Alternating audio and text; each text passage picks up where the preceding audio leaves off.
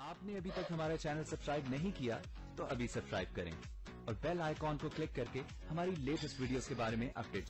अस्सलाम वालेकुम, हमारे चैनल में खुश आमदीद। behzad और गीती की जैसी शादी होने लगती है, सलार पहुंच जाता है और देखकर बहुत ज़्यादा हैरान होता है कि गीती कैसे किसी और के साथ शादी कर सकती है।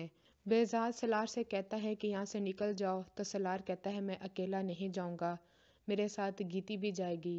तो वो कहता है कि मैंने इस ख़ानदान पे बहुत पैसा लगाया है और मैं उस सब को ज़ाया नहीं होने दूँगा। तो सलार उसे ब्लैंक चेक दे देता है कि इसको अपनी मर्ज़ी का फिल कर लो।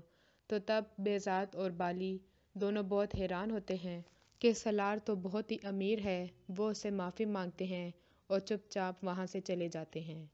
सितारा बेगम भी सलार को देखकर हैरान होती हैं। वो उससे माफ़ी मांगती हैं कि तुम्हारा कोई फ़ोन नहीं आया, कुछ अता पता नहीं था, तो इस वजह से हम लोगों ने शादी की।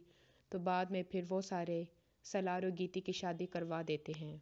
दिलदार, गुलनास और अलमास तीनों ही बहुत हैरान होती हैं कि इस ख़ानदान की पहली एक लड़की जो कि इज़्ज़तदार ख़ानदान में जा रही है। गीती जब रुखसत हो जाती है तो दिलदार और सितारा बेगम को नोटिस आता है कि वो उस जगह को खाली कर दें। वो दोनों बहुत हैरान और गुस्से होती हैं कि ये हमारी मलकियत है, हम इस जगह को कैसे छोड़ सकते हैं।